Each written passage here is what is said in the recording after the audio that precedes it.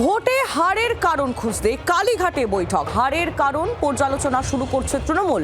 14ই মে বৈঠক ডাকলো তৃণমূলের শীর্ষ নেতৃত্ব, এমনটাই খবর পাওয়া যাচ্ছে। ভোটে যে ভরাডুবি তার কারণ খুঁজতে এবার কালীঘাটে বৈঠক। হারের কারণ পর্যালোচনা শুরু করতে চলেছে তৃণমূল এবং 14ই মে একেবারে শীর্ষ নেতৃত্বের তরফে বৈঠক ডাকা হয়েছে। 14ই মে তৃণমূলের শীর্ষ নেতৃত্ব তারা বৈঠক ডাকলো কালীঘাটে।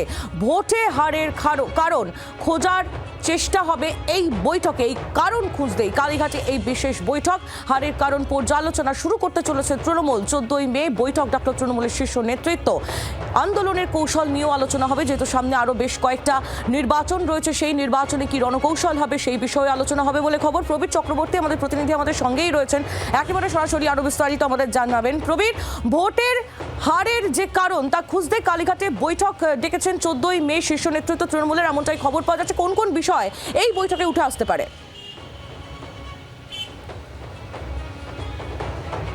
দেখো হাইলি, যেটা জানা যাচ্ছে যে 14 তারিখ তৃণমূল সুপ্রিমো মমতা বন্দ্যোপাধ্যায় কালীঘাটে একটি বৈঠক ডেকেছেন দলের বেশ কিছু নেতা কর্মী, বিধায়ক, পরাজিত প্রার্থী তাদেরকে নিয়ে।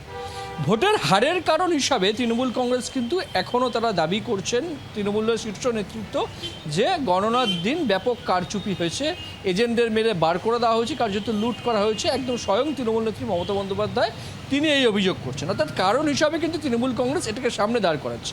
কিন্তু এই 14 তারিখ যে বৈঠক, সেই 14 তারিখের বৈঠকে কিন্তু যেটা ঠিক হতে চলেছে আগামী দিনের কর্মকৌশল, রণকৌশল কি হবে। তার কারণ নতুন সরকারের বিরুদ্ধে বলার মতো সাধারণত বিরোধী দলের কাছে আগামী 6 মাস, 7 মাস, 8 মাস, 1 বছর হয়তো কিছু থাকবে না, যেটা মনে করছে রাজনৈতিক মহল। কিন্তু তৃণমূল নেত্রী মমতা বন্দ্যোপাধ্যায় দেখে নিতে চাইছেন দুটো বিষয়, যে আগামী দিনের এই কঠিন লড়াইয়ে দলের কারা কারা পাশে থাকছেন এবং রণকৌশল কী হবে, বিধানসভার ভেতরে, বিধানসভার বাইরে তৃণমূল কংগ্রেস কোন এজেন্ডা নিয়ে লড়াই করবে। এখন পর্যন্ত যেটা ঠিক হচ্ছে, এক হচ্ছে এই যে ভোটে কারচুপির অভিযোগ, সেই নিয়ে বিধানসভার অন্দরে সরব হবে তৃণমূল কংগ্রেস বিধায়করা। পাশাপাশি পোস্টপোল ভায়োলেন্স, সেই নিয়েও কিন্তু বিধানসভার অন্দরে সরব হতে চলেছে তৃণমূল কংগ্রেসের যে পরিষদীয় দল। সেক্ষেত্রে এই দুটো মূল ইস্যু, কিন্তু এই দুটো মূল ইস্যুকে রাজনৈতিক হাতিয়ার করে বিধানসভার অন্দরে, বিধানসভার বাইরে কিভাবে আন্দোলন করবেন, তারা কারা কারা সঙ্গে থাকবেন, সবাই কি থাকবেন। সংগঠন তো এখন কার্যত রাজনৈতিক মহল মনে করছে ভেঙে পড়বে এই যে এত বড় পতনের পর। সেই সংগঠনকে চাঙ্গা রাখা, ধরে রাখা তৃণমূল কংগ্রেসের কাছে একটা বড় চ্যালেঞ্জ।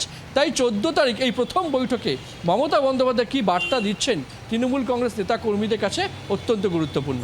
একেবারে এই বৈঠকের দিকে আমাদের নজর থাকবে। প্রবীর, তুমিও নজর রাখো। ধন্যবাদ তোমায়। প্রবীর চক্রবর্তী আমাদের প্রতিনিধি সরাসরি ছিলেন আমাদের সঙ্গে।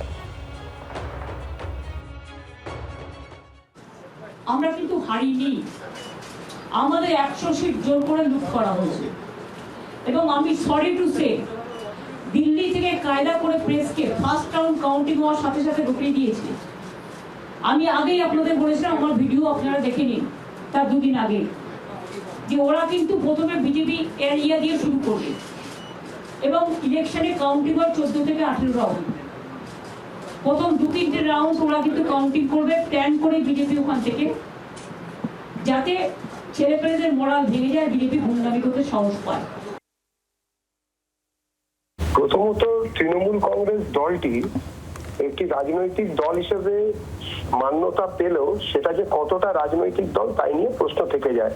তার কারণ রাজনীতির সঙ্গে সংসদহীন সরাসরি যারা জনগণের কাছে দায়বদ্ধ নয়, সেই আইপ্যাক এবং প্রশাসনের একাংশ নিয়ে তৃণমূলের কিছু মানুষ একটা অদ্ভুত তন্ত্র চালাচ্ছিল, যেটা গণতন্ত্র নয়। এই তৃণমূলীকরণের বিরুদ্ধে মানুষ ভোট দিয়েছেন। দীর্ঘ 15 বছর এবং তার আগে 34 বছর ধরে পশ্চিমবঙ্গ যেভাবে রাহুগ্রস্ত হয়েছে, সেই রাহু মুক্তি করার দায় এখন বিজেপির এবং বিজেপির বিধায়কদের, তৎসহ পশ্চিমবঙ্গের সাধারণ বাঙালি।